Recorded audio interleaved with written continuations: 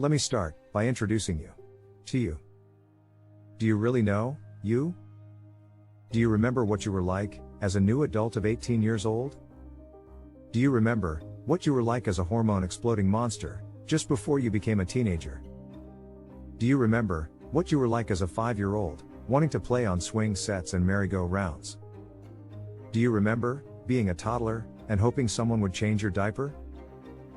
Do you remember desiring the breast of your mother once you came out of the womb? Do you remember being a fetus inside the womb, building your design from the nutrients and proteins being digested by your mother? Do you remember being a mere speck of air that began assembling the cell structures together to become the size of a hair follicle? Do you remember you before you entered the womb? There is a point to these questions, and it is this: you are constantly changing in human form, but the you, which created you from a mere speck of air, and animates your human body now, still remains the same. The real you, that made the human you, and now animates the human you, is not even visible to your human eyes, but what your eyes cannot see, is truly the real you. What your eyes do see, is only the temporary illusion, which the real you created from a mere speck of air. The human illusion is constantly changing and aging.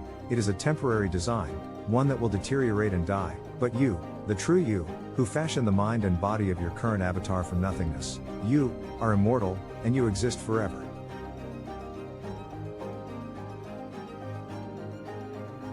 Let's continue talking about your favorite subject, you. Let's talk about the human you. You have a hard time believing in miracles? You don't believe in fairy tales? If I tell you this very second that I am going to place a grain of salt in my hand, and it will magically become a horse, you will call this impossible. However, if the grain of salt did form into a horse, you would say, this is a miracle. Herein lies a secret.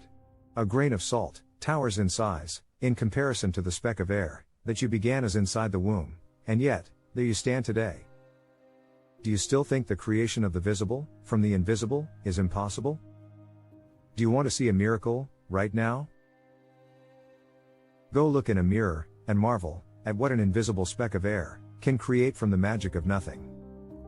Now this is where some of you say, yeah, blah blah blah, these philosophies don't prove nothing to me. And this is where I say to you, how do I prove anything to a simple being that denies the true magic of their own being? Until you are ready to accept the magic that surrounds you, and which you take for granted, no evidence will ever satisfy you. I did just say, the magic that surrounds you. Did you catch that?